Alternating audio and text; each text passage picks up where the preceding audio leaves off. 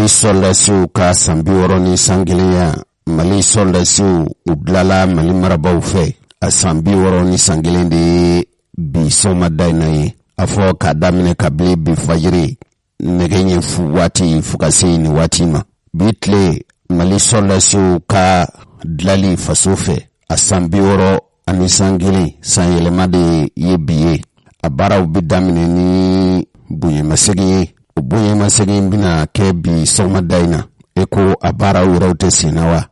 Mali soldasiw ka tasibila yɔrɔ min n'o bɛ Kati n'u k'a ma ko monument du soldat inconnu Kati o senfɛ soldasiw bɛna taama kɛ a bɛ fɔ min ma ko défilé militaire hali minnu bɛ ni o ye an ka soldasiw ka dantigilikɛla n'u ka ɲɛfɔli ye u ni fasodenw ni ɲɔgɔn cɛ olu de ye nin kibaruya perepelatigɛ Mali soldasiw ka san 61 a ɲɛnamayali o bi ka kɛ waati la waati min ye Mali soldasiw ye u y'a jira k'a fɔ papalikɛla minnu bɛ yen ni tubabu b'a fɔ ma ko terroristiw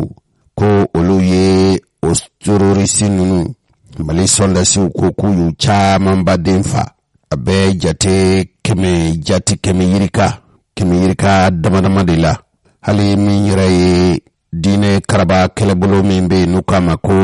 Kabita do Masina olu ka ɲɛmɔgɔ dankan filanan Mali soldasiw ko u ye o fa nin tile laban ninnu na a papalikɛlaw ka ca minnu n'u fana ye marifaw bila k'u yɛrɛ di Mali soldasiw ma nin kibaruya yɛrɛ perepelatigɛ dira Choguel Kokala Mayiga fɛ a ye ɲɛfɔli min kɛ o ɲɛfɔli ninnu olu filɛ nin minnu bɛ yɔrɔ o yɔrɔ n'aw bɛ a y'aw tɛgɛ di ɲɔgɔn ma a y'aw ka jamana jɔ a y'aw ka yɔrɔ jɔ en ce moment dugutigiw alimami sɛnɛkɛlaw baganmaraw mɔnikɛlaw se tɛ minnu ye minnu y'aw dɛmɛ f'aw kɛra cadrebaw ye aw kɛra commerçantbaw ye aw bɛ se ka aw fana bɛ se ka dɔɔni segin u ma ka dɔgɔtɔrɔso jɔ ka l'école jɔ k'u furakɛ k'u dɛmɛ u ka l'impôt la ka engrais san ka cotiser ka engrais san ka d'u ma aw ka baara y'o de ne b'o wele kan bila cadre bɛɛ ɲɛnkala bɛɛ n'a bɛ yɔrɔ o yɔrɔ la a k'i miiri a bɔra yɔrɔ min na a k'i miiri o yɔrɔ la i y'o fɔ yɔrɔ o don n bɛ segin a kan dans toutes les régions ka tila ka mun de fɔ olu de bɛ foro la o c'est eux qui travaillent n'i ye muso ni jeune ka baara bɔ baara min bɛ kɛ i b'a sɔrɔ 80-90% bɔra la o donc bɛɛ kan k'i hakili to maire président du conseil de cercle gouverneur maa o maa ni fanga dɔɔni b'i bolo n'i bɛ se ka fɛn o fɛn kɛ muso ni jeune ye a kɛ barika b'o de la o de bɛ jamana jɔ k'a fɔ tuguni transition min filɛ nin ye sisan mankan caman bɛ transition in kɔ an ko ne b'o fɔ yɔrɔ bɛɛ la n dalen don a la fana maa o maa jamana o jamana n'a ye ŋaniya jugu ta k'a bɛ transition in dafiri ala tɛ sira d'a ma ala tɛ sira d'a ma maa o maa n'a ko a bɛ transition in dafiri ala b'a malo parce que transition in ŋaniya wɛrɛ t'a la ka jamana jɔ waati min na président de la transition gouvernement de la transition an bɛ élection kɛ ka fanga di ma kura ma jamanadenw ye mɔgɔ min ta o b'a sɔrɔ jamana lafiyalen don bɛɛ bɛ se ka t'i ka foro la bɛɛ bɛ se ka taa école la bɛɛ bɛ se ka taa sugu la bɛɛ bɛ se ka taama ka taa yɔrɔ min ka di an b'a fɛ ka Mali jɔ ka fanga di mɔgɔ min bɛ na a kana to sama-samali ni kɛlɛ la ka jamana jɔ dɔrɔn o de k'a ka baara ye donc nana ka aw fɔ a ye barika da Mama Dambele parce que n'a kun m'o fɔ ye ne kun t'a dɔn an kun bɛ erreur ba de kɛ parce que n'aw kun y'a mɛn ko premier ministre nana fo san a ma se aw bara a bɛ k'aw bolo kabako ye ne yɛrɛ hali ni n kun segira Bamako n kun b'a fɔ ko fɛn wɛrɛ organiser n bɛ segin ka na ala barika la a ye hakili ɲuman sɔrɔ u b'a fɔ ko maa kelen hakili kɛ maa fila hakili fila Mama i ni ce Mama i ni ce a ye duwawu kɛ président ye a ye duwawu kɛ président de la transition bi Assimi Goïta bi ala de ye Mali kalifa a la a tɛ compter foyi kan ni ale tɛ ani peuple hali conseil des ministres a dongo da a b'a fɔ ministre ye le peuple est notre centre de gravité k'an kan ka an sinsin peuple de kan maa o maa n'a bɛ ka kuma an bɛ se ka lamɛn mais an k'an tulo majɔ peuple bɛ min fɛ an k'o de kɛ hami bɛ peuple la an k'o de kɛ Mali peuple ka problème fɔlɔfɔlɔ ye bi o ye lakana de ye o de kama ale b'a ka énergie bɛɛ concentré lakana de la hali 31 décembre a y'a k'a ka bureau la allez insérer 23h30 ni a wele nko mo président ebe akuka le bureau la nko tuma eteta 31 ke ni muso ni deo akoko bara min babolo sisa o ka be noyi kwa mena ale me 31 ka 31 beke kelela o tuma na amuso na domba fam parce que o deon ay délégation min blaka ta kara ko nga se kana mini donc a yu kono fo mini ka contrat rendu kay ne fana ya wela ay contrat rendu ke o bayira abe baramina hami foitala so tabolo so babolo amuso na deon na so mo be o be sisa o be bla seconde place la Mali Hamide Bala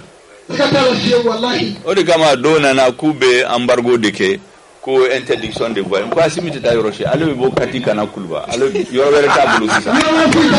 li na ba besoin d'aller ailleurs wallahi fam ale te do avion là atita yoroshi il quitte Kati, il est à Kulba en train de diriger le Mali au Soubé il a conduit les opérations militaires Beyame aye minda terroristika entre le 28 et le 28 décembre 2021,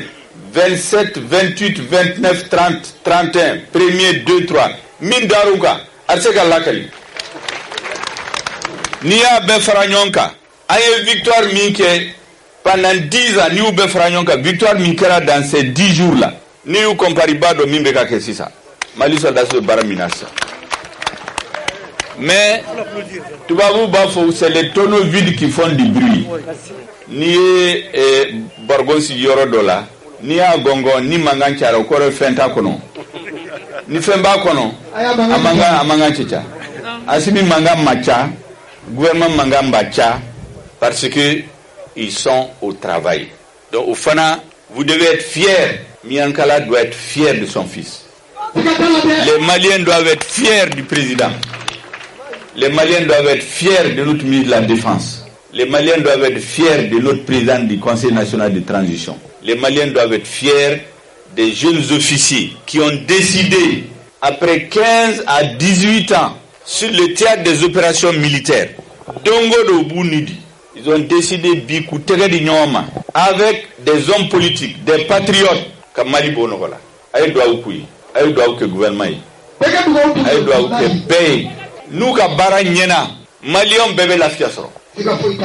jamana bebe la fiasro Mali dambe na horoya ka sigi ama ode anga bare hakto bala ambalma nintu shugal kukala maigai ay min fo Mali soldasiu ka naya farimi nube ka oda halimi bankasi Mali soldasiu nye folike ka fo mi Usman Sidibe na bi fama ko bobala ye Amadou Koufa wala Iyad Agalay aka dankan flana masina yinka ukoni uko Mali soldasi ubeka kelmasaya farida ubeka nyini Mali soldasi ufe halibi ukado fara chesiri mimbato lakana obisika segi Mali fantana nife asimu ko ita atunye wili madami nke ko Maldun kabo ani jamana marabulu Maldun bolu minke jamana ireka forbala seli sebe no yi wartemi ulu kanyi ngali sirama jamana deunye juma tamane wuye boli minke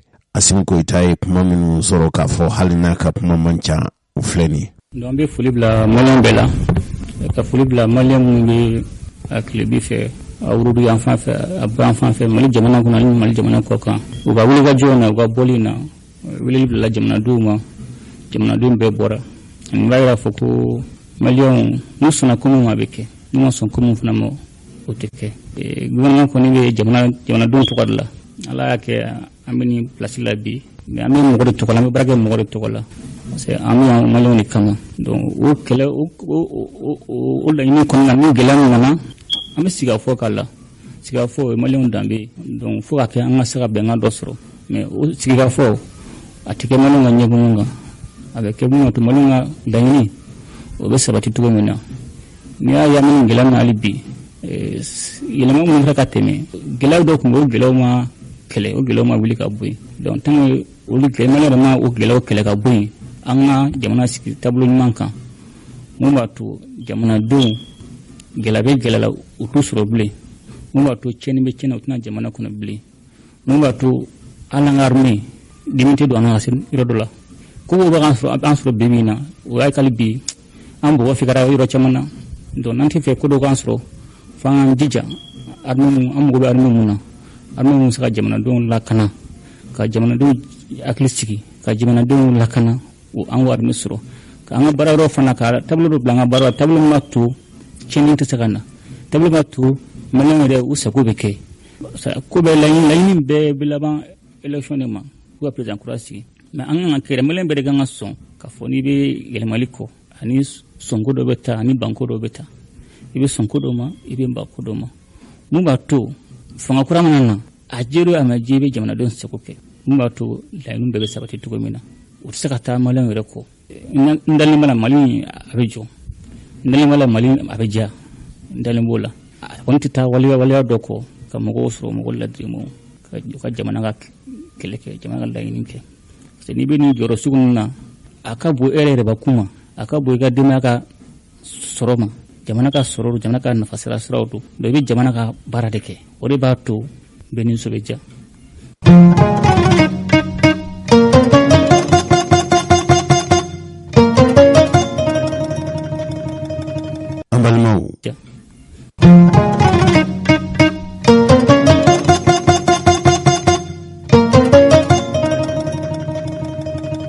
ambalmo mali politiki a ɲanamaya baw n'i y'a a jamakulu bɛɛ lajɛlen ta mɔgɔ bɛ min kabili 1991 hali ka kɔn u ɲɛ kabili Musa Traore bɛ fanga na nin cɛ in n'o ye Modibo Sidibe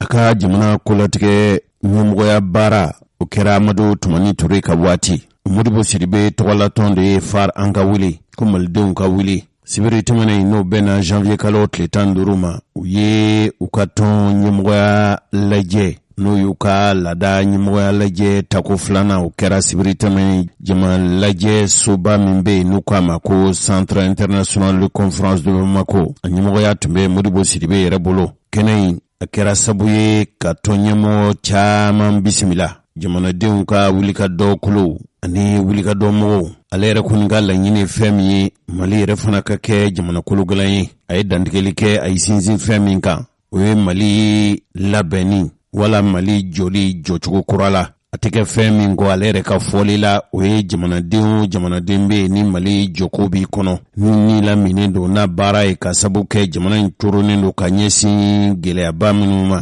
hali kɔlɔlɔ min bɛ Mali yɛrɛ dala kɔsa in na Modibo Sidibe da donna nin bɛɛ lajɛlen na politikitɔn minnu n'olu kɛra politikitɔn bisimilalenw ye a kɛnɛ kan u caman ko jɔnkala min ye Modibo Sidibe ye ni kɔni ko k'i bɛ Mali jɔ Mali jɔlen ni bɛ a dɔɔni kɛba ɲɔgɔnnaw ɲini a laadiriw ɲini minnu bɛ Mali dɔn ka se ka malidenw fara ɲɔgɔn kan k'o ye Modibo Sidibe ye Rajal i tun b'a kɛnɛ kan karamɔgɔ Jose n b'i fo ka foli lase don kibaru lamɛnbaga bɛɛ ma kɛrɛnkɛrɛnnenya la Malien minnu bɛ jamana kɔ kan ka fɔ Mali denw ye fana ka fɔ bi ye don kɛrɛnkɛrɛnnen de ye Mali kɔnɔ janvier kalo tile 20 o ye an ka surasiw ka don ye donc san tɔw la n'a y'a sɔrɔ an ka surasiw u ka don tun bɛ ɲɛnamaya ni défilew de ye a bɛ komi ɲinata in surasi fanba bɛ kɛlɛ daga de la donc an bɛ dugawu kɛ u bɛ jamana kumaboli min ala ka nɔgɔya u ye o tɛmɛnen kɔ ka bɔ ye i y'a fɔ cogo min na sisan nɔ min ye far an ka wuli ye o ye parti politique tɔnba dɔ ye Mali kɔnɔ yan o far an ka wuli sibiri tɛmɛnen an tun welela jamana in kɔnɔ parti ba don a ɲɛmɔgɔya bɛ Modibo Sidibe bolo bi u tun y'a laɲini ka fɔ u ka parti yɛrɛ a ka baro daba filanan o kɛnɛ kan ko kunnafonidilaw ka y'a kɛnɛ kan ne kɔni tun bɛ radio Bɛnkuma la voix de baramuso tɔgɔ la kɛnɛ in a sewara wa kɛnɛ in kɛra jamaba de ɲɛna Centre International de Conférence de Bamako a ɲɔgɔn kunbɛn so min bɛ yen n'o y'a saliba yɛrɛ ye Jose a fara jama la fo ka jama jɔ da la laɲini tun tɛ dɔwɛrɛ ye k'a fɔ parti fara an ka wuli yɛrɛ kungilenna ni ŋaniya ni tagabolo minnu b'u ka parti politique tɔn na k'olu kurakuraya walasa baara minnu daminɛr'u fɛ o baara ninnu ka se ka taa ɲɛ o de tun ye laɲini kunba ye an kɔni ye kɔlɔsili minnu kɛ an y'a ye k'a fɔ parti politique tɔn caman Mali kɔnɔ olu ye wulikajɔ kɛ ka taa faranga wuli dɛmɛ nin baara in na m'a fɔ Mali parti bɛɛ tun tɛ nka Jose m'a f'i ye parti min tun tɛ kɛnɛ in kan ka dɔgɔn dɛ. A caman kɔni taara u ye dantigɛliw kɛ, dɔw ye seereyaw kɛ, association ni regroupement caman bɔra ka taa. Nka Jose n bɛna mun f'i ye, Modibo Sidibe tanu ni mankutu min bɛ da Modibo kan Mali kɔnɔ, ne ma da la k'a fɔ k'a bɛ da Mali politique mɔgɔ kan. Nka dabalibanko ye mun ye ni kalata wagatiw sera, i b'a ye Modibo Sidibe maliyɛnw t'ale suganti. Sinon a bɛ fɔ mɔgɔ min ma ko homme d'état. Homme d'état kɔrɔ ye di mɔgɔ min bɛ yen ni jamana kanu b'a la, jamanadenw ni hakɛ minnu ka kan a b'o hakɛ ninnu bato, wa ni baara don jamana ye a y'o kɛ. Ni ye Modibo Sidibe ka parcours lajɛ bi, n bɛ se k'a fɔ a ka parcours ka ɲi ni Mali politique mɔgɔ kilancɛ bɛɛ ta ye. Don nataw la an bɛna an da don la k'o ɲɛfɔ. Nka Modibo Sidibe basigi ani faamuya min b'a la bi, a fana sera jamanadenw k'u kɔfilɛ a la. Sinon Jose Modibo mɛnna nin cogo in na dɛ. A mana tigɛ da o da la, anw kɔni tun bɛ kɛnɛ kan. Anw ye kunnafonidilaw de ye. An ye seereya dɔw sɔrɔ. An ye maa fɔlɔ min ɲininka kɛnɛ kan, o ye Bubula de ye. I b'a dɔn Bubula ye mɔgɔ min fana n'a ye Modibo Sidibe kanu kosɛbɛ. Modibo ka kɛnɛ ka sigi Mali la ka wuli ko Bubula ta kɛnɛ kan. M'a fɔ a tɛ yen dɛ, nka a ka dɔgɔn dɛ Jose. Bubula ye dantigɛli kɛ. Bubula tɛmɛnen kɔfɛ, nun Togo fana, ale fana ye parti politique dɔ fana ɲɛmɔgɔ ye bi. Ale tun bɛ kɛnɛ kan. Kuma nana di Modibo Sidibe yɛrɛ ma. O y'a sɔrɔ dantigɛli caman kɛra. Bubula ye min fɔ kɛnɛ kan, an bɛna daminɛ n'o de ye. Nka Jose Bubula ka kuma daminɛ la, yɛlɛko kɛra min ye, ja Bubula kuma dira a ma. Wagati min na a bɛ ka labɛnw sabati k'a bɛna dantigɛli kɛ, ja o y'a sɔrɔ Bubula ɲinɛna a ka téléphone kɔ ɲɛgɛn kɔnɔ. A y'i da don micro la yɔrɔ min na dɔrɔn, a y'i bolo bila a kun, o y'a sɔrɔ a ka téléphone t'a kun. Jose Bubula ka kuma daminɛ kɛra téléphone ko de ye. K'a bɛ jama la nka k'a ka téléphone bɛ ɲɛgɛn kɔnɔ. A kɔni a ye dantigɛliw kɛ, wasa dantigɛliw, kunnawolo dantigɛliw, jamana jɔ kumaw. Bubula ye kɔrɔfɔ min ta kɛnɛ kan, o kɔrɔfɔ in filɛ nin ye.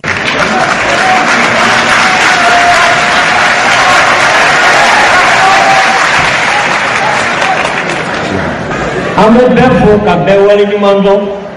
La patrie la mort nous vaincrons. Hakili bɛ yan mais hakili bɛ ɲɛgɛn kɔnɔla la, n ka téléphone bɛ yen. Ah bon. Ala yɛrɛ tɛ sɔn ne ka téléphone ka suɲɛ. Ala tɛ sɔn.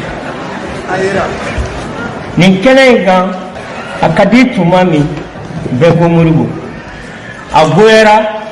bɛɛ y'i dogo anw bɛ yan.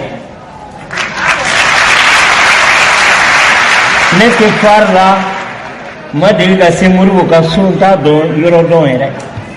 mais n y'a kanu. A sigilen filɛ, a ka ji tɛ n kɔnɔ, a ka dɔrɔmɛ tɛ n kɔnɔ, a sigilen filɛ.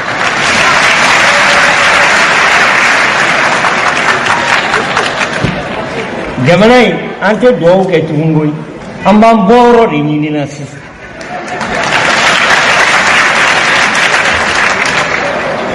Nin cɛ belebeleba in n'a fɔra élection kɛra o don na Bafula bɛ 0,11.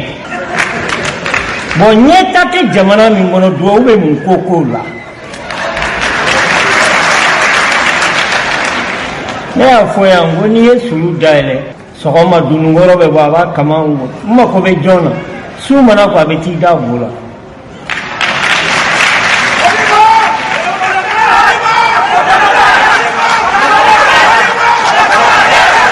Mais le grand révolutionnaire, le grand patriote, dɔ kɛra kuma la sago. Modibo hali ni Ala ma fanga d'i ma, i kan ka Ala barikada. Ne mana maa ye Modibo c'est la solution. Ko mais ni solution don, ne ko ni i banana o, n'i taara l'hôpital la o tɛ pikiri k'i bobara la, o ka di ya. N'a ma di i bɛ kɛnɛya. Bon ni solution don a y'a ta.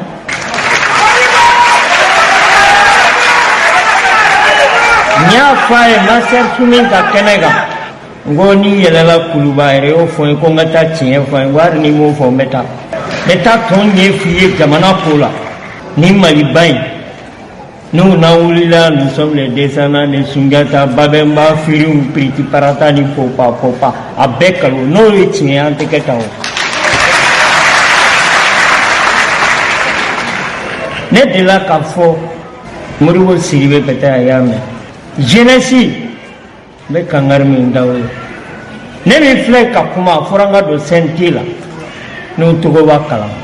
A don n'a tigi ye weleli kɛ dɔrɔn bɛ don. C'est le maréchal le général de Diko.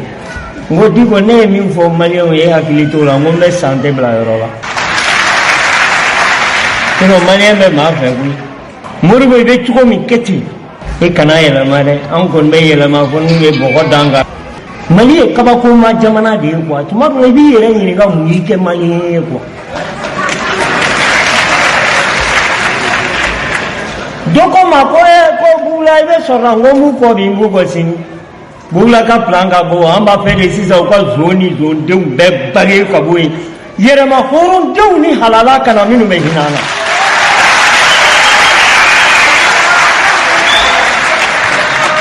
a sinimo sira kan kabiri a sigira fanga la ne ma se Kati awa n bɛ sa ne mago tɛ faama ka wari la parti politique tɛ Mali kɔnɔ n taara n bɔgɔra sigi min ka so a tɛ yen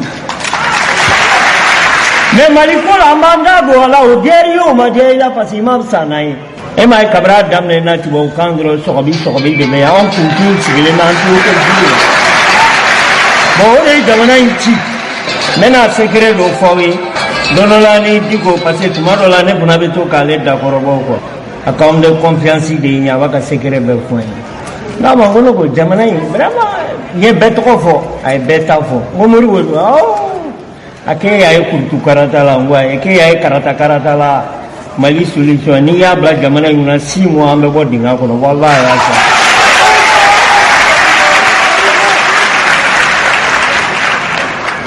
he denkɛni n'i bɛ kuma la i b'i kɔfilɛ dɔ ta b'i kɔnɔ ou bien n'i tilala kuma la a ye yafa ma n'i donna e bɛ de Ala ta fɔ ka tila ka yafa ɲini maaw fɛ mun na non moi être très sincère avec toi bon nin kɛnɛ in kan Moribo ye don o don n'i bɛ wuli i b'a fɔ ko général ye nin f'i ye n'i seri bolo la i bɛ se k'a minɛ i ko yafa kɔngɔ b'i la ne yafa hali n'i ma kɛ milliardaire i bɛ sa ni tɔgɔ ye Moribo Sidibe a bɛ mɛn ka to ka fɔ mais a tɛ mɛn ka to ka kɛ a bɛ mɛn ka to ka fɔ ne faama Sunjata ye n bama ye o faama ye mais a tɔgɔ bɛ kan ka fɔ donc a bɛ mɛn ka lakali mais a tɛ mɛn ka kɛ n'i ka wagati sera o y'i salen anw donna Moribo ko in na a mɛnna koyi depuis Sanogo n'a ka bereni don dɔ la u taara n sɔrɔ n ka so ko Bugula i ka d'an ye mais Moribo ko n'i m'a dabila n ko n'i sira n'i la n ma yafa tɔ tɛ ne la foyi ne ka Moribo fa ka du ya sigilen filɛ a kɔrɔkɛ bannen hali o fana n y'a ɲini de k'a bɛ Mamadu ko la n ye don ɲininka ko a filɛ n taara dugawu k'a ye k'an kɔ don mais nin cɛ in a kelen tɛ dɛ a caman bɛ yan aw b'u dɔn fana aw bannen de don n'i tora miɲɛtɔya mana kɔkɔ hadamaden na a bɛ kɛ nabɛlɛ de wallahi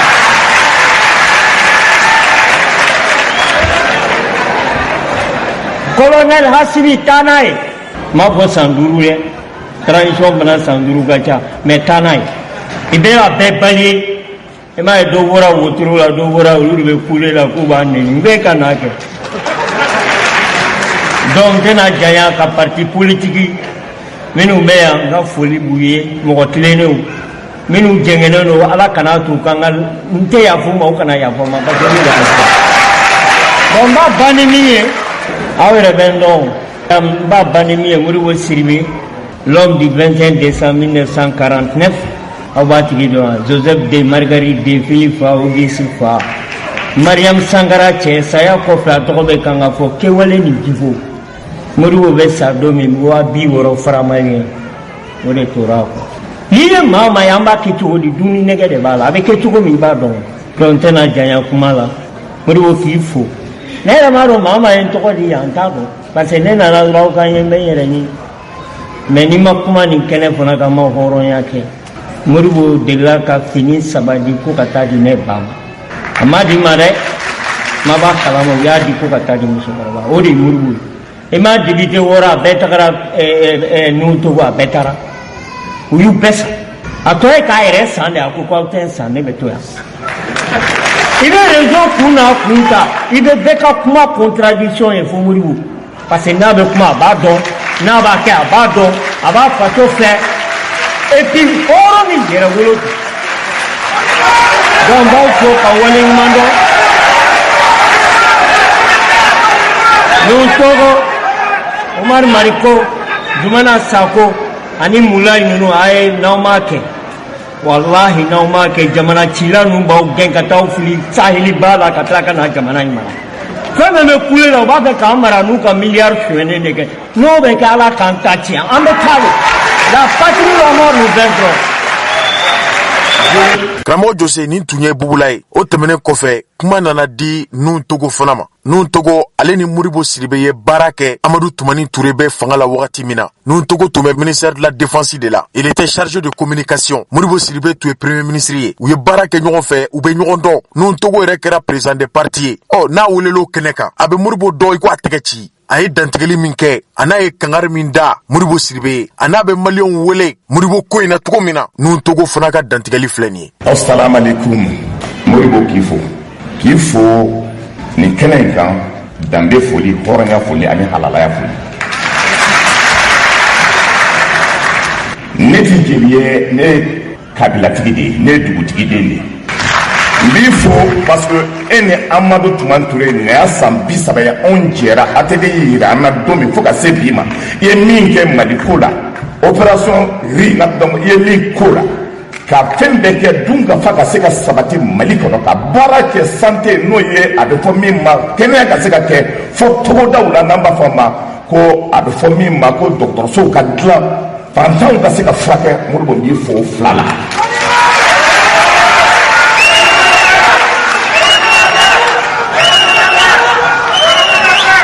San 30 baara danbe n y'o de fɔ n ko politique ka yɛlɛma. N'i ye kɛnɛ in ta k'a lajɛ a lakurayalen don cogo min, a labangelen don cogo min, maaba min sigilen bɛ kɛnɛ kan, Mali ɲɛna a tiɲɛna, aw bɛɛ jɔyɔrɔ b'a la. Démocratie nana, an ye fanga ta, an ko jamanadenw ma ko yɛlɛma bɛna kɛ pour que danbe ni hɔrɔnya ka se ka segin, fanga ka kɛ suɲɛni ni kalabanciya ka ban fanga la, hɔrɔnya ka don, maabadenyaw ka don, halalayaw ka don pour que jamana ka se ka ban. An y'o san 30 kɛ, suɲɛni warala, maaw nana, maa 2 de bɛ politique kɛra min ye politique tiɲɛ. Denmisɛnnin min ni baara t'o bolo, o hakilila ko kan ka don politique la pour que ka politique kɛ ka nafa sɔrɔ a la, ani cɛkɔrɔba min n'olu ka maaya surunyana ka ban, olu ka don k'o denw placer, o de ye politique tiɲɛ Mali la. An bi kɛnɛ min kan, ni yɛlɛma ma kɛ ka danbe ta, ka hɔrɔnya ta, ka halalaya ta, ka politique kɛ n'a ye, ka politique kɛ ka fɛn ka ta ko an ka don tiɲɛni na, ka an denw placer, ka fɛn bɛɛ kɛ tiɲɛni ka kɛ Mali kɔnɔ, yɛlɛma ka kɛ Mali tɛ se ka taa ɲɛ fo ka diɲɛ wuli. N'o tɛ don min Adama nana fanga la, bɛɛ tun ko yɛlɛma tun bɛ kɛ. Don min Amadou Toumani Touré nana, bɛɛ tun ko yɛlɛma bɛ kɛ. An ka hakili jagabɔ k'a lajɛ mun de kɛra Modibo. N bɛ fɛn 2 fana f'i ye, i bɛ fɛ ka fanga yi ta. Modibo, maa dɔ tun bɛ yan ni bɛɛ tun hakila, n'a tun ma sa bi, Ala ka hinɛ a la, n'o ye Sumala Sise, a tun bɛ fanga ta parce que Maliyɛn hakila k'a bɛ se k'a ɲɛnabɔ. Modibo, il faut qu'il ka équipe sɔrɔ, hali n'i b'o recruter, mais équipe bɛ ɲini cogo di? Retournons dans l'histoire. Modibo Keyita nana ka wuli k'a fɔ k'a bɛ fanga ta, opération taxi y'a jira, a dara maa min na k'a fɔ k'a bɛ Mali bɛɛ ja, olu de ye nson ye, olu de ye kalabanci ye, olu de ye na kɛ Modibo la bi. Modibo Keyita, fanga tun ka bi a tun b'a fɛ parce que a ɲugula maaw la. Mun ma fɔ e Modibo ma, coup d'état lankolon min kɛra Aya n'a ka maaw fɛ, maa fa Aya, o de ye Mali bila ka taa, a fɔra e ya ko mobili tun b'i ka foro la, a fɔra e Modibo ye, fɛn bɛɛ fɔra i ma parce que i ka jɛya ani ka hɔrɔnya ani ka danbe ka fɔ.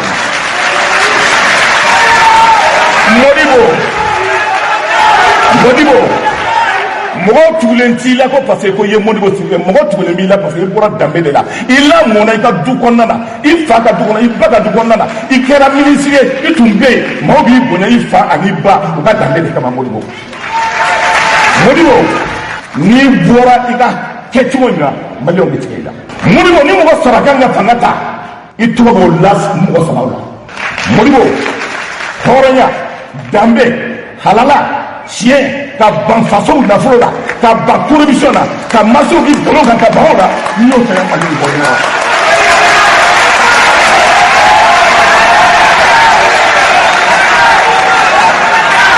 Mais Modibo, maa tɛ se ka kɛ fɛn ye n'i yɛrɛ tɛ, maa tɛ se ka kɛ fɛn ye n'i yɛrɛ tɛ. Mɔgɔw tugulen t'i kɔ yan k'a fɔ ko parce que ko e don 30 ans depuis n'i dɔn 30 ans. Donc marché dira dɔw ma i sababu ala o nana ko bɛna marché ko bɛna fɔ ko bɛna pourcentage d'u ma, i y'o bɛn Modibo, et puis m'o kɛ Mali kama, i kun m'o k'i yɛrɛ kama, i y'a kɛ Mali de kama. Modibo, il faut bi Chinois, on est en mission d'état de là. Il y a une chance sur le ministère de la Défense d'Antara. Il y a une ministre de la Défense chinois. Il y a quelque chose qui m'a dit à Katiane Sampinani, anti-Chine donc, des choses de Bobolo. Anti-Chine donc, c'est de ce qu'a fait Seboué. Mais il y a quelque chose qui m'a fait développer. Mourboni Nana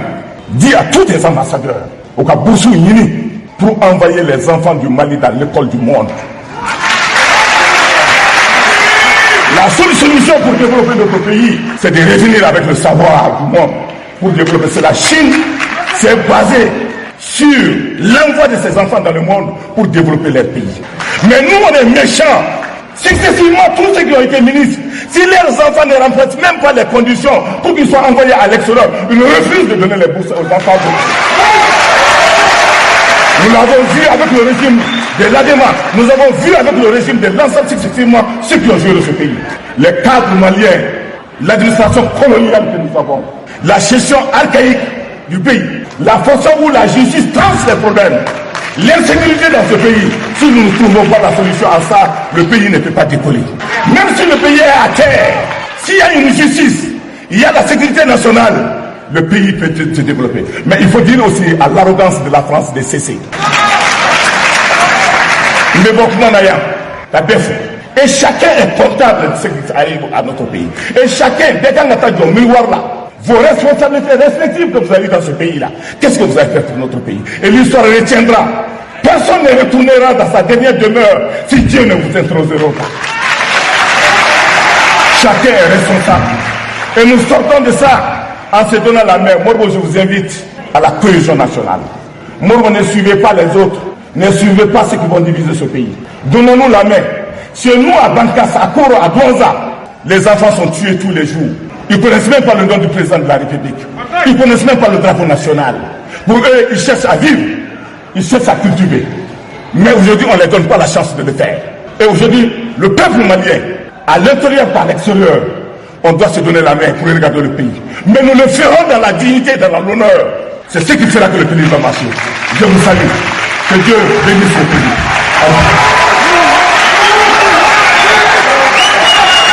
Ni tun ye nun togo de Jose sisan kuma in bɛɛ bɛna kun cɛ ni mɔgɔ min ye hali ni kɛnɛ sigi kun tɛ Modibo ye nka mɔgɔ caman ta kun ye Modibo ye dɛ. Modibo Sidibe parti fara an ka wuli ne ma dala ni fɛn tora Modibo ye bilen ni Mali fanga tɛ o. A ye jɔyɔrɔ in bɛɛ kɛ wa ni tɔgɔ jugu ma bɔ fan si. Jose Modibo de ye politiki mɔgɔ kelen Mali kɔnɔ bi a ka ca Ala fɛ n'a kumana n'a ye dantigɛli kɛ i tɛ mɔgɔ ye mɔgɔ min b'a ka kuma kɔkari. Ma fɔ a ɲumanw tɛ yen dɛ a ɲumanw caman bɛ yen nka Modibo est un homme d'État. Ne t'a ka mɔgɔ ye dɛ. Modibo ma dala k'a fɔ ala a bɛ ne yelen dɔn nka Modibo Sidibe peut-être ni Ala ye lajarabiw s'a ma n'a taara i sen don ko wɛrɛ la m'o fɔ dɛ nka ni Modibo Sidibe kɔni tora nin cogo in na Jose ne dalen don a la don dɔ Modibo Sidibe ni faso jama tɛgɛ bɛ di ɲɔgɔn ma a yɛrɛ ye kuma ta kɛnɛ kan n ye seereya dɔw sɔrɔ yen nɔ Modibo Sidibe ye kɔrɔfɔ min fɔ radio bɛn kuma ka bi don kibaru kɛnɛ kan Modibo Sidibe ka o kɔrɔfɔ de ye nin ye. N ka foli b'aw bɛɛ lajɛlen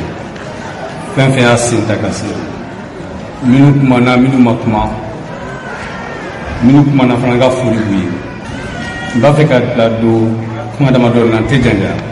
parce que tile gara an ni cɛw ka sigi la ka lamɛnni na n b'a fɛ ka tasi bila parce que san yɛlɛmana ko caman kɛra a kɔnɔ n bɛ tasi bila ka ɲɛsin an kɔrɔkɛ ma n'o ye Amadou Touré ka foli b'a ye a ye dariya min ta k'a da kan ni baara minnu kɛra dɔ y'a fɔ yan sisan an b'o k'o kɛra cogoya min na ka o bɛɛ lajɛlen fɔ mɔgɔ kelen baara tɛ an bɛɛ lajɛlen de ka baara don bɛɛ ni ce ka min gasi bila ka ɲɛsin a ma a ye min kɛ ani ka jamanadenw fo ye min dɔn a ye kɔnɔna a filanan k'an ka chef de file de l'opposition o fana kuma fɔra n'o ye Soumaïla Cissé ala ka n'a ye Soumaïla Cissé an ye ɲɔgɔn dɔn sira caman fɛ ka min fɔra yan bi ni parti ko ko ale ye danbe parti ye bɛɛ b'a dɔn FDR créera tuma min na coup d'état kɛra Sanogo fɛ waati la an y'a lajɛ candidature bɛ kɛ cogoya min na an bɛ se ka ɲɔgɔn dɛmɛ cogoya min na convention dɔ tun signera FDR kɔnɔna la ka dɔn k'a fɔ ni min nana deuxième na o ni min bɛ position min na an b'a dɛmɛ an tun y'a sigi ala y'a kɛ ale de nana deuxième position a ma nɔgɔya parce que parti a tun ma sigi sen kan kosɛbɛ an tun bɔra mouvement na an bɛna don parti kuma caman kɛra kan mais finalement an jɛra n'a ye k'a fɔ a n'a ka kan ka kɛ Mali ye an de kan ka dɔ fana ka fɔ an tɛ se k'a fɔ an bɛ politique kɛ cogoya wɛrɛ la n'an ka kan an ye engagement min ta an y'an kan di min na n'o nana n'o tɛ se k'a fɔ k'an t'o waleya a ka gɛlɛn dɛ ko so bɛ bɛna jagi ma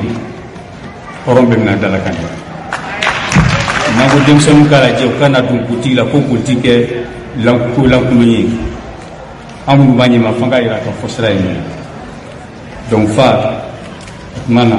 n y'a décidé ka Soumaïla Cissé soutien o foli o bɛ yen an tilara ka ɲɔgɔn sɔrɔ opposition républicaine et démocratique kɔnɔ an ye baara kɛ ɲɔgɔn fɛ yɔrɔ parti damadɔ bɛ yen ka daminɛ mandat fɔlɔ la fo ka taa se ma ta bi binni la olu de tun bɛ opposition kɔnɔna la an tun bɛ yen an ye baara caman kɛ ɲɔgɔn fɛ an tɛna se k'u bɛɛ kɛ yan nɔ dɔw da sera a ma foli dɔɔni b'o ɲɛsin fana président Alpha Umaru Konare ma ni danaya min ta ka sigi ka ɲɛsin a ma ka baara dɔw kalifa n na a baaraw kɛra cogoya min na Adama bɛ yan professeur Ali Nuhu Jalo bɛ yan parce que n ka ministère fɔlɔ n'o ye santé solidarité personnes âgées a ma nɔgɔya tuma dɔw la mais a bɛ min ɲini n'o ye santé ka ɲɛta ye ani kɛnɛya jamanadenw ma an ye ɲɔgɔn sɔrɔ o kɔnɔna la pour que baara dɔw kɛra hali bi a nɔw bɛ yen an ye fondamental dɔw sigi sen kan donc n ka foli b'u bɛɛ lajɛlen ye nin danaya min ta ka ɲɛsin an ma ani baara minnu kɛra o kɔnɔna la bɛɛ ni cɛ kuma caman fɔra ne tɛna sigi a bɛɛ kan n b'aw bɛɛ lajɛlen fo an bɛ mun ɲini ala fɛ an n'aw bɛɛ kuma na a sera bɛɛ ma a y'an kunbɛn aw fana taara ka taa se mɔgɔ wɛrɛw ma nin bɛɛ kun ye mun ye Mali nin bɛɛ kun ye mun ye Mali donc bi n bɛ sigi a kan min b'an bɛɛ dalajɛ n'an bɛ se ka kun o kɔnɔna la o ye le Mali en commun an bɛɛ de ta don an bɛɛ jɛ ni Mali ko don ni jamana ko don ni jamanaden ko don an bɛɛ bɛ se ka ɲɔgɔn sɔrɔ kɔnɔna la fɛn dɔ kan min bɛ se ka jamana nin kɔni kunna ani ka jamana lataa ɲɛ donc kuma ɲɔgɔnya an bɛ continuer a fɛ n'Ala sɔnna ka se ka lajɛ an bɛ min kɛ jamanadenw ye o kɔnɔna la an bɛɛ bɛ sinsin k'o kɛ o kɔnɔna la donc n bɛ compter aw bɛɛ lajɛlen kan fa tɔndenw ka foli b'aw ye fa sympathisants ka foli b'aw bɛɛ lajɛlen ye n b'an ka délégués bɛɛ lajɛlen fo n b'a dɔn gɛlɛya min tun bɛ caman kan ka bɔ sigiyɔrɔ la fo ka na mais ko k'u tɛ to yen fo ka na aw bɛ nin ci nin ye congrès filanan ye aw ye mɔgɔw ka kuma mɛn fɛn fɛn tɛmɛna bɛɛ ko fa aw bɛ min kɛ aw ka kɛwalew aw ka kuma aw ka position an b'a dɔn min b'a kɔnɔ an b'a dɔn an bɛ k'aw kɔnɔ min bɛ bɔ aw ka congrès nin kɔnɔ ka se ka baara kɛ n'a ye jamana ma fana mana kura ye k'a fɔ an k'an cɛsiri n'an cɛ cɛsiri min ne tɛmɛ kuma na n bɛna bɔ a la n bɛna sœur dɔ fo o ye madame Sikiratu Sɔn n b'a ta dɔrɔn an ko Mali dɔrɔn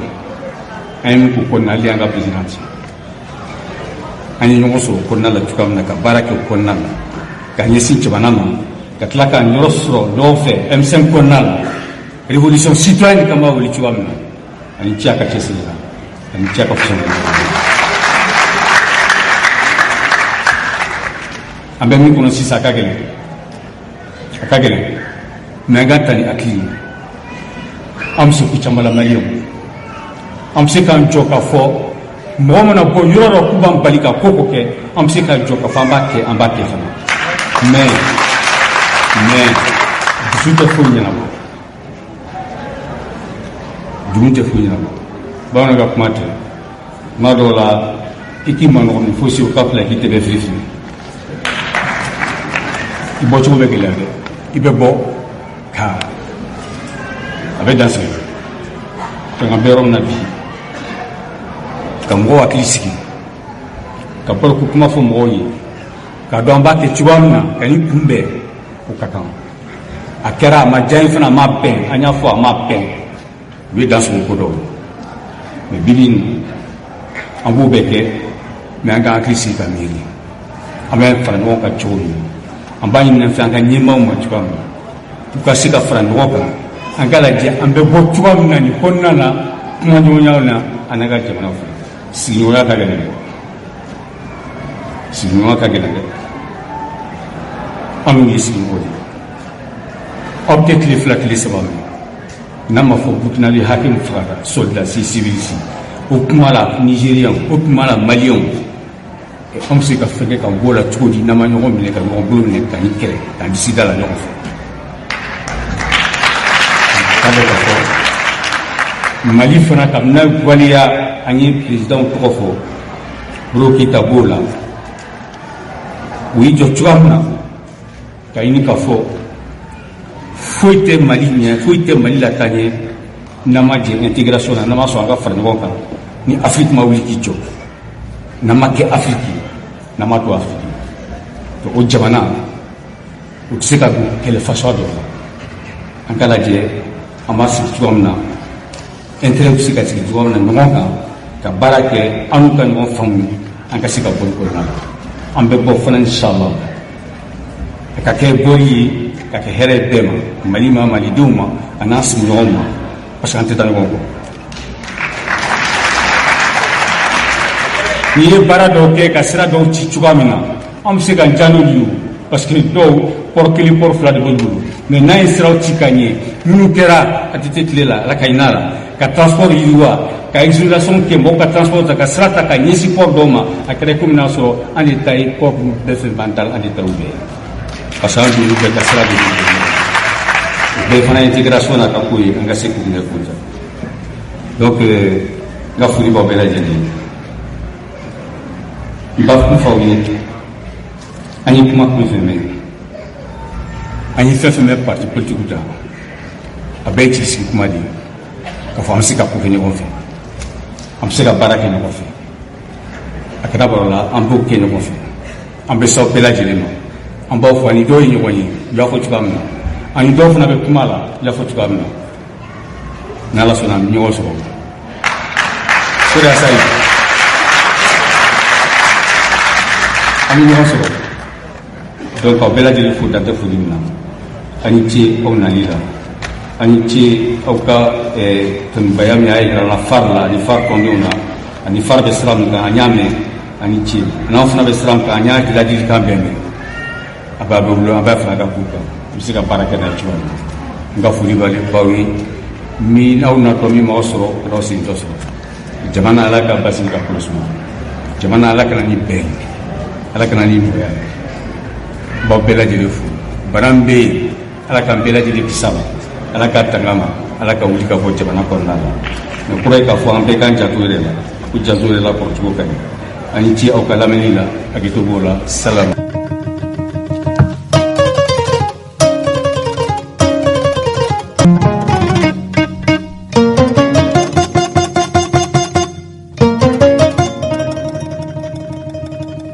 Balimaw tɛnɛn don janvier kalo tile 17 san 2022 Turki jamana o ka lasigiden kɛrɛnkɛrɛnnen n'a sigiyɔrɔ bɛnnen don anw fa jamana Mali ma ani Maroc olu ka jamana ni jamana wɛrɛw kɔɲɔ kibaruya baaraw sira fɛ wulikajɔw sira fɛ ko ni maa fila bisimilara Mali fanga marabolo ɲɛmɔgɔba n'o ye dɔgɔtɔrɔ Shogel Kogala Mayiga ye ko ni maa fila ninnu bisimilalen Turkikaw ka lasigiden n'o ye Murat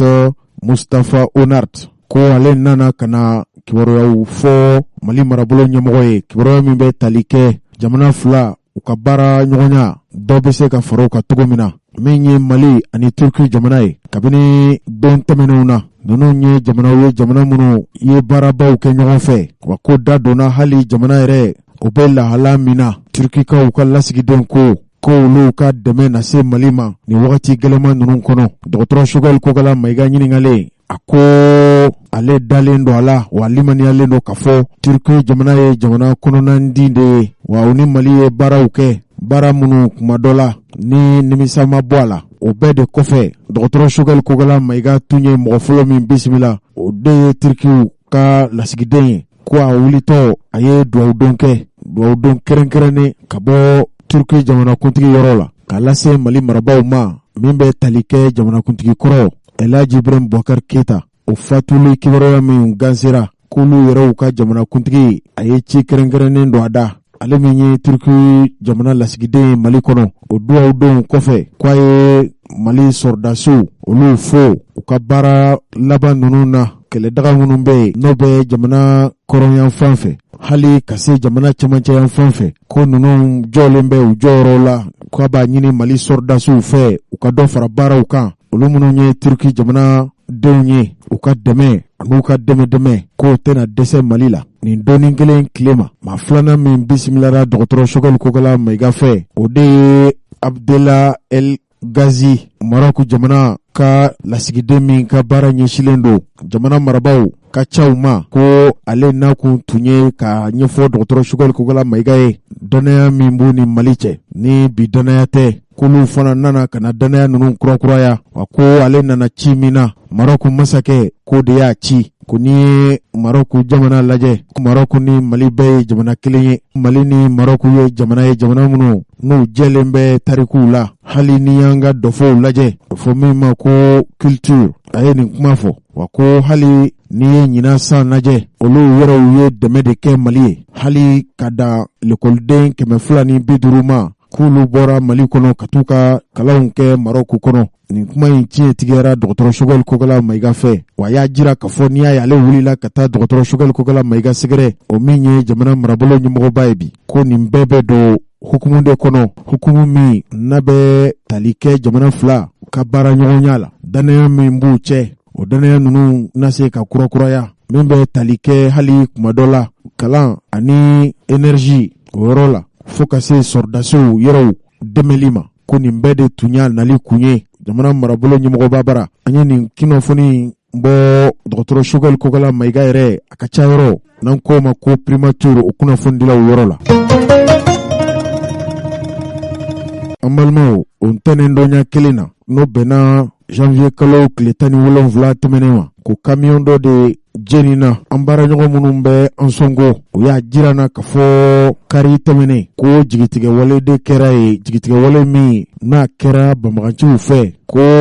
camion dɔ de tun bɛ bɔla donitayɔrɔ la ko jula camion don ko a jenina yɔrɔ min na o ni baara dugu kɔnɔna baara min n'ale bɛ an sɔngo cercle de la a ko baara in ani an sɔngo dugu kɔnɔna cɛ ko a bɛ kilo 5 ɲɔgɔn bɔ. Baara dugudenw ɲininkalen olu y'a sɛbɛntiya k'a fɔ maa minnu ye nin ko in kɛ ka nin camion remorque in jeni ko maaw don minnu ye maa marifatigiw ye o tun bɛ bolimafɛn senfilaw de la motow o y'a jira k'a fɔ nin bolimafɛn min jenina camion in tun bɛ bɔla Gao k'i kunda an sɔngɛ k'o tɛ maa wɛrɛ ye u k'o de ma ko Sa Majesté le Grand Saxe. Nin bɛɛ kɛra kari tɛmɛnen janvier kalo tile 16 san 2022 ko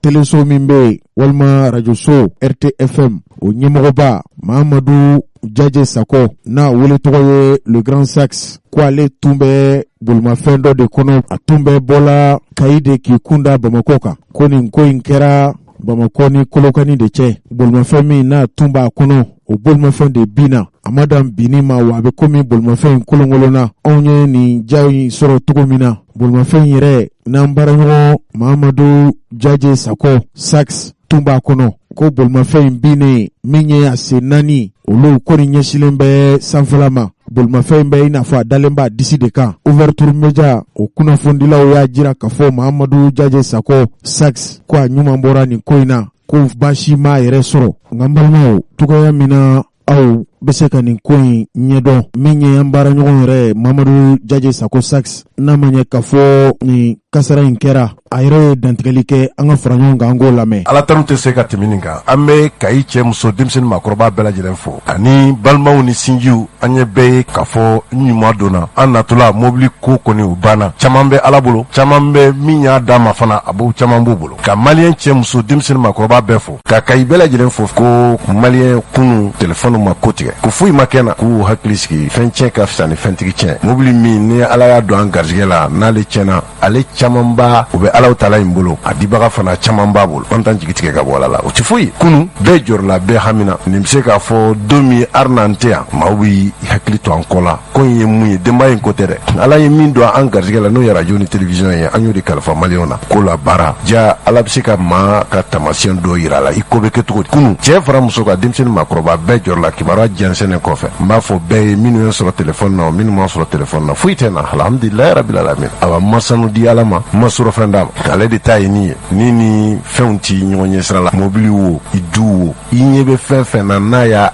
d'i ma a ka nɛɛma kɔnɔna la i bɛ taa ka nin bɛɛ tɔ i n'a si ma na o la mobili tiɲɛ t'an tɔɔrɔ a t'an bɔ an cogo la foyi an y'a ɲɔgɔnna caman sɔrɔ an bɛna ɲɔgɔnna caman fana sɔrɔ n'ala ni kira sɔnna masimatɔ ko sɔgɔmada in na n k'o foli lase hali bi ka dugawu kɛ jamana ye Ala ka jamana in basigi.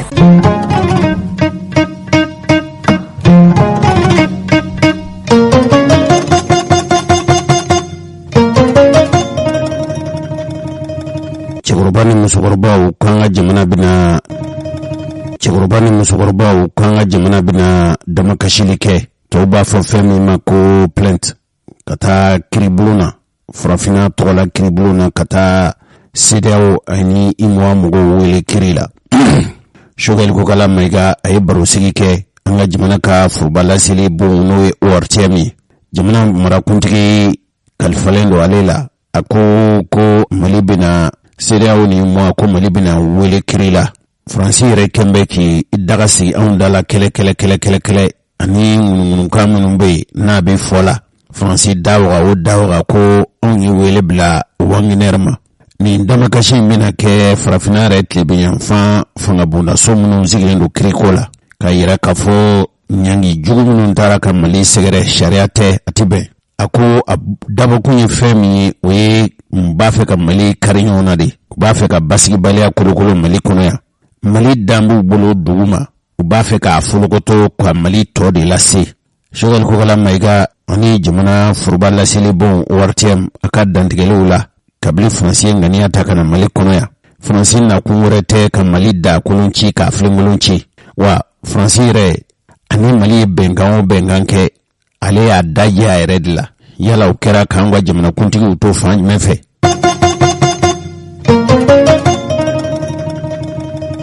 an balimaw aw b'a dɔn ka fɔ min bɛ tali kɛ Karim Keita dɔw ko wasaden Karim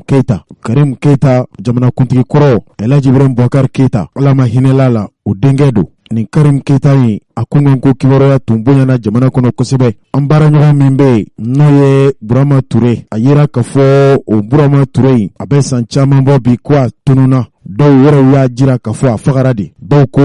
Burama Ture tununa togo min na ko a tun bɛ bɔla Sɛbɛnninkɔrɔ de Sɛbɛnninkɔrɔ ye yɔrɔ de Bamakɔ yan yɔrɔ min tun bɛnnen bɛ Karim Keita jabala ma ko a tununa Sɛbɛnninkɔrɔ ni a ka denbaya de cɛ kunnafoni sɛbɛn dɔw bɔra dɔw ye jirali kɛ i n'a fɔ le pays fo ka se RFM n'o ɲɛmɔgɔba ye Mahamadu Jaje Sako aw y'o min lamɛn sisan ani Boubacar Yalikoe ninnu delila ka wele kirila sigida sabanan kobe la Karim Keita sɔnnalidɔnbaw fɛ a jirala ka fɔ ninnu ko Karim Keita de ye Burama Soɲa wa ko Burama fara yɛrɛ o wele min kɛra sigida sabanan kobe la ni duguduguma kumaw cayara kosɛbɛ maa dɔw tɔgɔ fɔra nin ko in na i n'a fɔ Papa Mambi Keita ani an baaraɲɔgɔn kunnafonidila n'ale yɛrɛ ye kunnafoni sɛbɛn min bɛ jamana kɔnɔ n'u k'a ma ko Sphinx Dramé o Dramé ninnu bɛ ɲɛma dogo de la Faransi kɔnɔ bi ko nin bɛɛ tun ye Karim Keita n'a nɔfɛmaw ɲɛsiranya de ye o Karim Keita yɛrɛ waati min na jamana sariya tigilamaw wulila a nɔfɛ k'u b'a minɛ jamana sariya matarafabaw waati min na a fa n'o tun ye jamanakuntigi ye o ka fanga in parona don min na ko kabini nin don Karim Keita ye jamana bila dɔw tun y'a jira ka fɔ Karim Keita in bɛ Abidjan de dɔw ko Karim Keita bɛ Émirats Arabes Unis mɔgɔ caman ye dantigɛli kɛ fo wagati min na a jirala k'a fɔ Karim Keita a wolofa n'o ye Elhaji Ibrahim Boubacar Keita ye o taɲana maliden dɔw tun y'a jira k'a fɔ jamana marabaaw u ka mangotoli kɛ Karim Keita ye a kana a wolofa u ka jɛnɛjaw o kɛnɛ kan dɔw ye nin fɔ o hukumu de la malidenw sigilen bɛ waati min na ka kɔnɔli kɛ yala Karim Keita nana wa walima a tɛna de o kumaw bɛ senna waati min na min ye kunnafoni sɛbɛn dɔw ye fasirili kɛ o kunnafoni sɛbɛn o ye kunnafoni caribondaso min bɛ Mali kɔnɔ n'u ko a ma ko Nouvelle Expression o ɲɛmɔgɔba o ye Béchir Ben Haïdara de ye o Béchir Ben Haïdara in ko waati min na Karim Keita fɛlamaw a n'a yɛrɛ baaraɲɔgɔnw n'a teriw tun bɛ laɲini na jamana faamaw fɛ a kana a wolofa u ka jɛnɛjaw kɛnɛ kan ko waati kelen Béchir Haïdara ko Karim Keita min tun ye wasaden ye wasabulon kɔnɔ ko a minɛra Mali dugu min na u k'o de ma ko Zegwa polisiw lakanabaw k'olu y'a minɛ o Zegwa min n'o bɛ Mali ni Côte d'Ivoire dancɛ la dɔw y'a jira k'a fɔ Mali dugu laban de don ko nin kibaruya in bɔra an baaraɲɔgɔn Béchir Ben Haïdara de da ko Béchir Haïdara ɲininkali a ko Karim Keita min minɛra ko Karim Keita wɛrɛ tɛ min ye Elhaji Ibrahim Boubacar Keita a denkɛ ye k'o de don sigida naaninan ko bɛ a sariya matarafabaw tun ye a laɲini k'a fɔ Karim Keita a ka nɔ minɛ ko togoya di maa bɛ se ka nin faamu yala maa bɛ nin faamu cogo di min ye Karim Keita yɛrɛ a wolofa ye o taɲana kari nɛgɛ kaɲa 9 waati ko a jirala k'a fɔ o dugujɛ n'o bɛnna tɛnɛ ma janvier kalo tile 17 ko nɛgɛ kaɲa 17 waati ko Karim Keita minɛra Benno Béchir Haïdara n'ale ye kunnafoni sɛbɛn min bɛ jamana kɔnɔ o k'o de ma ko Nouvelle Expression ɲɛmɔgɔba ye a ko ni Ala ye a ka fasiri nata ninnu jira na ko a bɛna nin ko in daŋɛnɛmaya nin kibaruya in fɔlen Ben Béchir Haïdara fɛ kibaruya wɛrɛ de bɔra o kibaruya in bɔra kunnafoni di so min yɔrɔ la an k'o de ma ko Ouverture Media olu y'a jira k'a fɔ kuma min fɔra ko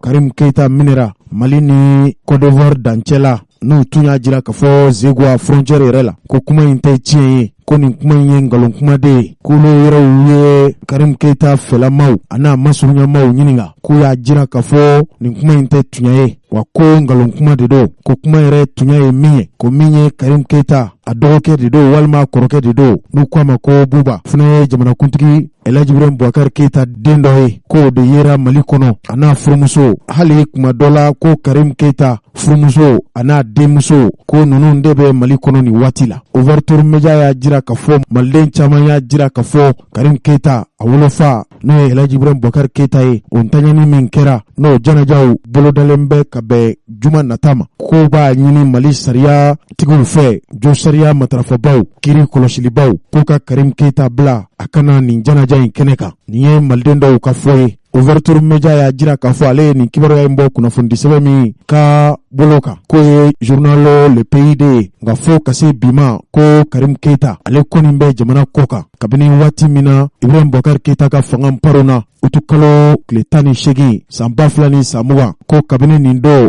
Karim Keita ye Mali bila ko a tun bɛ jamana min na o de ye Côte d'Ivoire ye an ye nin bɔ Ouverture Media ale ka bɔlɔlɔsiraw kan hali n'a y'a sɔrɔ u yɛrɛw y'a jira k'a fɔ kunnafoni sɛbɛn min bɛ yen n'u k'a ma ko Le Pays ko ale de ye nin fɔ nka cogoya min na aw na se ka nin ko in ɲɛdɔn an baaraɲɔgɔn Ben Béchir Haïdara kunnafonidiso min bɛ Mali kɔnɔ n'u k'a ma ko Nouvelle Expression o ɲɛmɔgɔba don ko nin kibaruya in bɔra ale de yɔrɔ la k'a jira k'a fɔ Karim Keita tun minɛra anw ka bi dɔn kibaru kɛnɛ kan an sera ka Ben Béchir Haïdara ɲininka yala kuma in tiɲɛ don wa walima tiɲɛ tɛ de aw ni anw radio bɛn kuma la voix de baramuso tɔgɔ la an ka Ben Béchir Haïdara an ka fɛ la lamɛn yala nin ko in Béchir a kɛra cogo di de i t'a fɔ an ye wa tiɲɛ don wa walima ngalon de don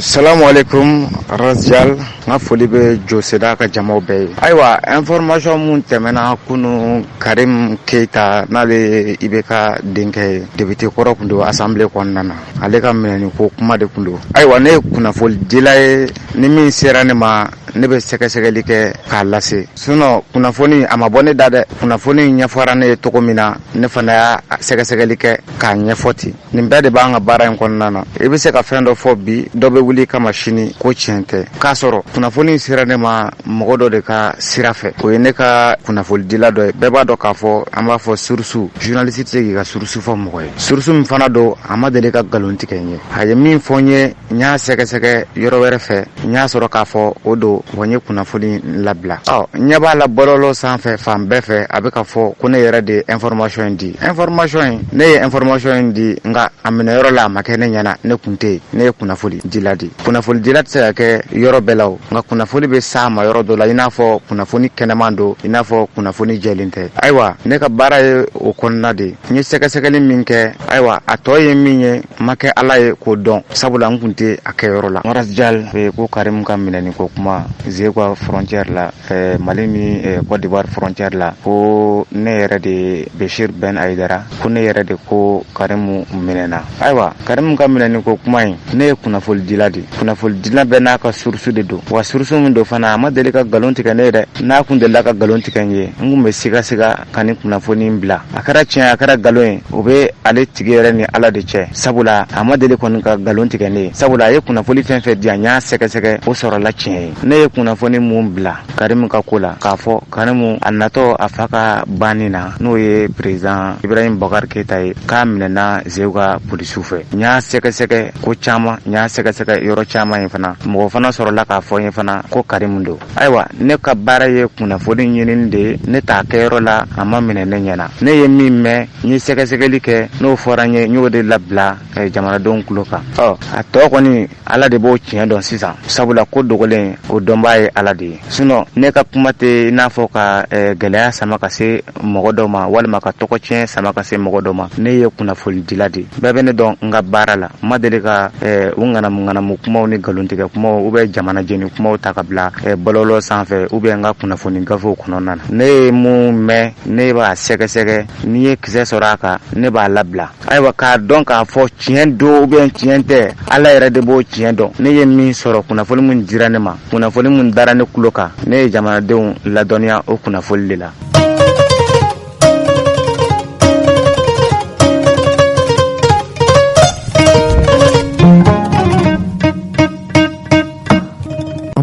Min ye groupement des leaders religieux du Mali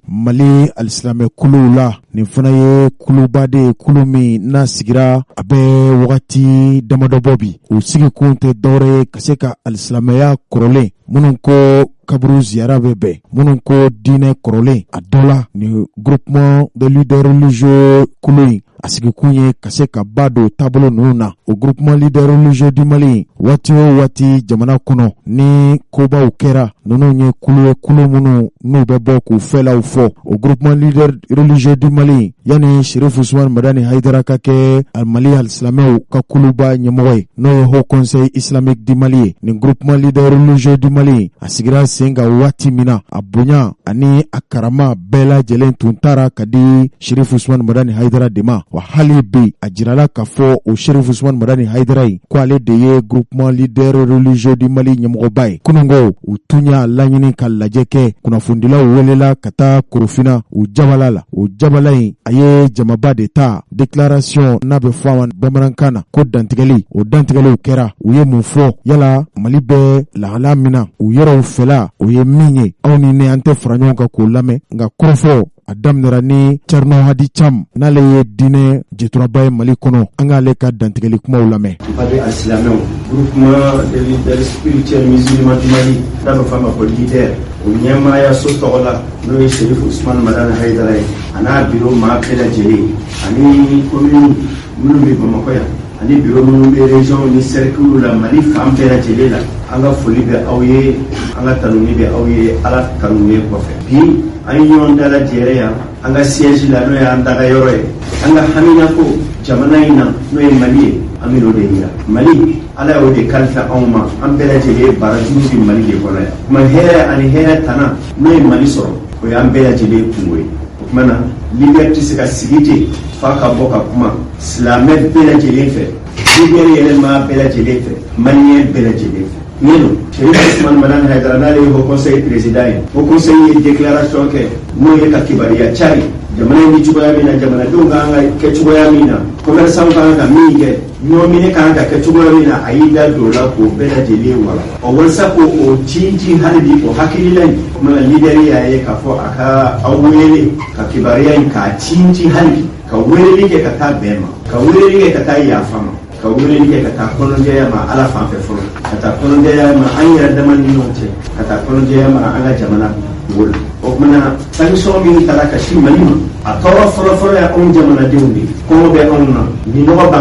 bana udia mawaro bi ke ka dine wala façon wala ta ko tije an ko wala o kele dia ona ta wota an sigi fe jamana mun ba ke fera da ulu kala ta nyangi ni wala ta ka an segere mana ko mana amaji da mun ma ala ya ka kuma fa inna ma al usri yusra inna ma al usri yusra gele ko fera ni no ya fana ko fera gele ya bala yɛrɛ tigɛ y'o de su ani tile o kumana an bɛna wele ma da kɛ ka se bɛɛ lajɛlen ma kuma faamuya ɲuman ala k'o d'an bɛɛ lajɛlen a kɛli ala k'o fana nɔgɔya jamana in ala k'a kɛ kuma min bɛna kɛ jamanadenw ye an ti foyi ɲini an ka jamana na ni hɛrɛ tɛ ɲɔminɛ ɲɔgɔn kanu ka hinɛ ɲɔgɔn na ka magari ɲɔgɔn na ala k'an ka jamana basigi mana bɛ kuma jɔya ka kuma di an balimaw nin de tɛmɛnen kɔfɛ Carno Hadi Cam ka dantigɛli o nana da maa min kan o ye Mufa Haidara ale fana o conseil islamique du Mali tɔnden don a wagati o wagati aw b'a dɔn ka fɔ ni alisilamɛw kun kan ko kibaruya wulila Mufa Haidara a sen bɛ y'o la a fana ye dantigɛli kɛ groupement leader religieux du Mali tɔgɔ la wa kulon yɛrɛ maa don an ka Mufa lamɛn bi an bɛ groupement leader du Mali siège la Burkina bɛɛ b'a kalama groupement ye tɔn ye alisilamɛ tɔn diinɛ tɔn don sigila jamana in kɔnɔ fɛn min diinɛ ka sabatili minnu ka faamuyacogo ye wuridi ye ani ziyara ani mɔlukɛ ani duba kɔnɔdenw minnu ka faamuya ye ma ka fisa maa ye ma kan ka maa bonya k'a fɔ diɲɛ sigilen bɛ bonya ni ko to ɲɔgɔn dala de kama o groupement sigi ni sisan cɛ ko bɔ n'a nana jamana kɔnɔ depuis Mali bila la situation in kɔnɔ 2012 ka se sisan ma leader se yera baara caman na minnu bɛ ka hakilila di ka dɛmɛ kɛ minnu bɛ kɛ sanfɛ minnu bɛ kɛ duguma ka se ka basigi ni lafiya kolosuma nati jamana kɔnɔ ka jamanadenw ka kelen fɛ gɛlɛya min n'a nana jamana politikimɔgɔw ni ɲɔgɔn cɛ groupement ye ɲɔgɔn ye caman ko la groupement président fɛ yen ani leader siège la président national Chérif Madane Haidara ye caman kɛra ka tɛmɛ groupement ye tɔn fɛnɛ ye o conseil islamique ye groupement ye membre y'a kɔnɔ o conseil bɛ baara o baara fɛnɛ kɛ jamana in kɔnɔ leader sen b'a la ani o conseil bɛ jɛ ka baara bɛɛ lajɛlen kɛ ɲɔgɔn fɛ mais groupement ka base belebele ye fɛn fila ye ko n'a nana jamana kɔnɔ groupement ka hakilila fɔlɔ a bɛ ko segin ka taa Alahu Taala de ma ala ye diɲɛ mara di maa minnu ma bi mais maratigi wɛrɛ bɛ n'o ye Alahu Taala u ka mara bɛ diɲɛ fɛn bɛɛ lajɛlen sanfɛ donc an bɛ situation min kɔnɔ groupement ka yeta n'a ka faamuyata ale maa ye fɛn foyi se ka bɔ a kɔnɔ an ka ko sigi ala ma tɔɔrɔ n'a y'i sɔrɔ jɔn sɔrɔ i b'a segin ka taa Alahu Taala de ma ala de bɛ se k'i bɔ ni adamaden bɛ se k'a yɛrɛ bɔ tɔɔrɔ t'an ka jamana in sɔrɔ mais ni ya tɔɔrɔ y'a sɔrɔ ala de sɔnna ala y'a latigɛ o hukumu kɔnɔna la bɛɛ b'a dɔn an ka jamana kɔnɔ a ye politiki ko la ani jamana fan caman occupera an filɛ nin ye an bɛ se a san 7 san 8 na an bɛ ka t'o ma gɛn na jamana nana yɛlɛma fɛnɛ fangaburu nana kɛ soɲuman nana kɛ jamanadenw murutila gɛlɛya tɔɔrɔ caman nana jamana kɔnɔ an fɛnɛ ni diɲɛ de bɛ baara kɛ ɲɔgɔn fɛ jamana ye bɛnkan de ka ni jamana wɛrɛw cɛ o ye mɔgɔ ma bɛ yen i bɛ sigi ɲɔgɔnya la hakɛ dɔ bɛ yen i sigi ɲɔgɔn cɛ n'aw ye dɔrɔgu min ta n'aw sigi ɲɔgɔn ni ɲɔgɔn cɛ bɛɛ bɛ hakili to bɛɛ lɛbugu la ni gɛlɛya nana o kɔnɔ de bɛ sigi ɲɔgɔn da don i ka kuma la gɛlɛya min n'a y'an ka jamana in sɔrɔ nin ye ani CEDEAO ani n'o ye UEMOA ye ani minnu bɛ sɛfa kelen dun an ka jamana faamaw n'u ka hakililaw fɔra ɲɔgɔn kɔ an b'a fɔ ten de wa yetaw tuma kɛ kelen ni wagati in na o hakilina minnu fɔra ɲɔgɔn kɔ olu nana décision ta ka jamana bila n'i ta ka jamana sɛgɛrɛ Mali fɛnɛ ye jamana ye an bɛɛ bɛ ɲɔgɔn sɔrɔ jamana in de la tɔɔrɔ n'a y'i sɔrɔ n'aw bɛ kɛlɛ min bɔ ɲɔgɔn cɛ a b'o bila ka degun min ɲɛsin jamana ma a bɛ bɔ degun in kɔnɔ cogo di sanction min n'a taara Mali jamana kama bi maa si ka laɲini tɛ ka sanction ta mais a taara fɛn min ɲini jamanadenw fɛ anw yɛrɛ ka kɛ kelen ye parce que n'i y'an kungo seri CEDEAO ma bi an b'a bɛn an ka kungo de la an b'a bɛn an ka jamana baaracogo na an ka hakililaw de la aw de ye CEDEAO da don a la n'aw yɛrɛ mun ye maliyɛnw ye bi an ka sɔn an ni ɲɔgɔn cɛ gɛlɛya mun b'an ni ɲɔgɔn cɛ degun mun b'an ni ɲɔgɔn cɛ différence mun b'an ni ɲɔgɔn cɛ k'o to yen an ka jamana ka intérêt lajɛ jamana ka kelenya lajɛ jamana bɛ bɔ cogo di an k'o lajɛ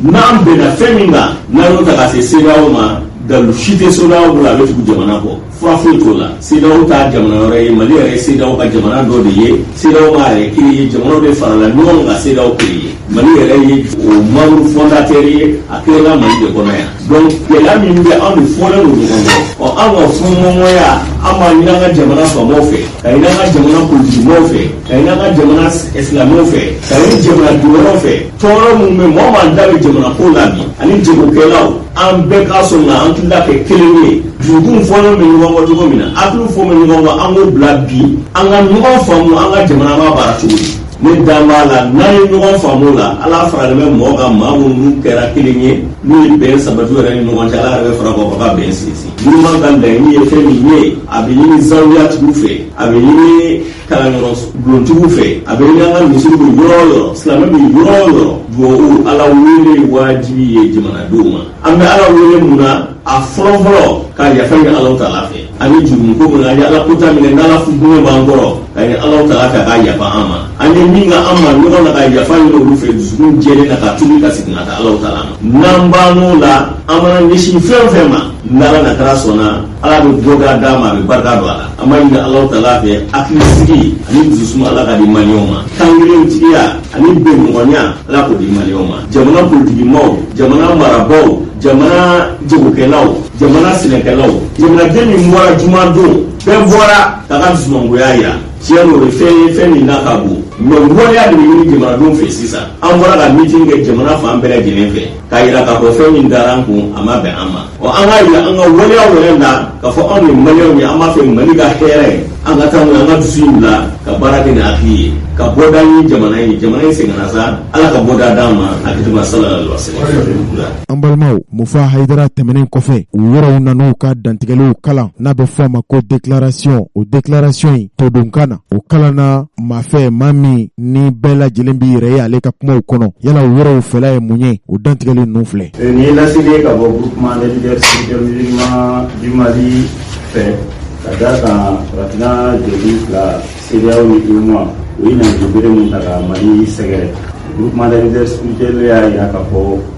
dusukun kamkaminen ni jaabi ninnu sɔrɔ tuma min na ni CEDEAO ni UEMOA jamana ɲɛmɔgɔw ye ɲɔgɔn ye kɛ Mali ka situation politique kan n'o ye politique mankan min bɛ yan ani problème bɛ Mali kɔnɔ o ɲɔgɔn ye labanna ni ɲangili bere kuraw tali ye ɲangili bere kuraw min bɛ tali kɛ baara ɲɔgɔnyaw ni nafoloko gɛlɛyaw ni nafolo latɛmɛ siraw ani jamanaw ni ɲɔgɔn cɛ fanga bondaw ka baara ɲɔgɔnya gɛlɛyaw la donc groupement kɔni y'a ka dusuman kasa yira tuma min na a ye kumakan in mɛn a y'a kɔn a dusukun na fɔ ni dan yɛrɛ bɛɛ lajɛlen na parce que a yirala k'a fɔ ɲangili minnu taara tɔnbolo ninnu fɛ n'o ye CEDEAO ni UEMOA ye ni minnu yɛrɛ ka sariya berew ta sariya sunw ta u ye sariyaw yɛrɛ sɔsɔ ɲangili ninnu kɛ tuma o n'i y'a jateminɛ ka malidenw yɛrɛ tɔɔrɔ ni gɛlɛya min bɛ malidenw kan bi ka sababu kɛ terrorisiya kɛlɛ ye n'o ye minnu bɛna benganiw kɛ ani coronavirus bana o tɔɔrɔ n'o kamanagan maliyɛnw kan n'i nana k'i bɛna ɲangili bɛrɛ wɛrɛ ta ka da Mali kan donc tuma min na groupement ye kuma mɛn u dusukan mana u y'a kɔn ka se a dan bɛɛ lajɛlen na o tuma na groupement bɛ wele ta ka ɲɛsin président de la transition ma a k'a jija ka kumaɲɔgɔnya dayɛlɛ cogo bɛɛ lajɛlen na a n'a baara ɲɔgɔn bɛɛ lajɛlen ni ɲɔgɔn cɛ n'o ye CEDEAO ani Mali jamana ni jamana wɛrɛw cɛ baara ɲɔgɔnya la ni fɛn o fɛn cɛ nin ko in na u ka jɛ ka sigikafɔ kɛ sigikafɔ ye damu ye u ka bɛn ko la k'a ɲini jamanadenw fɛ n'o ye Mali den ye u k'u bolo ni ɲɔgɔn ma hali n'a sɔrɔ ŋaniyaw tɛ kelen ye hali n'a sɔrɔ hakilinaw tɛ kelen ye u ka ɲɔgɔn minɛ an ka taa bɛn na an ka yafa ɲɔgɔn ma ka ɲɔgɔn wele ka taa basigi ma hakilisigi ani ka weleda kɛ an ka malidenw ye minnu bɛ jagow la u k'u hakili to u kana jagofɛnw u bɛna kɛ sababu ye ka jagofɛnw yɛlɛ walasa ka dɔ fara gɛlɛyaw kan communauté internationale ye baɲumankɛ jɛkulu minnu bɛ Mali dɛmɛ la a bɛ ɲini olu fɛnɛ fɛ vraiment nin ko in na u ka sigi ka fɔ de kɛ u ka taama bere fɔlɔ ye an ka jɛ ka kuma ka cɛ bɛn o kuma ɲini u ni ɲɔgɔn ani o ni Mali ni ɲɔgɔn cɛ u ka sigi ka Mali ka problème lajɛ ni hakili ye o kɔfɛ groupement b'a ɲini k'a yira k'a fɔ hali bi a ka dɛmɛ bɛ transition kan a ka dɛmɛ bɛ transition ye a b'a ɲini a ka jɛkulu bɛɛ lajɛlen fɛ a ka démembrement n'o ye région bureau ani commune bureau ani cercle bureau ani tɔn fɛn fɛn bɛ groupement kɔnɔ a bɛ ɲini mugadamuw fɛ a bɛ ɲini chefs fɛ a bɛ ɲini kalifaw fɛ zaliwɛw kɔnɔ ani groupement tɔndenw ka bato ka yɔrɔ kelen kelenna bɛɛ lajɛlen ka batow caya ka ala welew caya ka ala juguw caya walasa an bɛ se ka nin ko in kɔnɔ teliya la ani wasa kɔnɔ nin kɛra Bamakɔ janvier kalo tile 18 san 2022. An balimaw nin tun ye groupement leader religieux du Mali a ka dantigɛli ye dantigɛli min bɛ tali kɛ jamana bɛɛ lahala min kan nin lajɛ in kɛra kunungo Korofinakaw bara anw sera ka min sɔrɔ k'a lase bi don kibaruw kɛnɛ kan o de ye tun ye nin ye.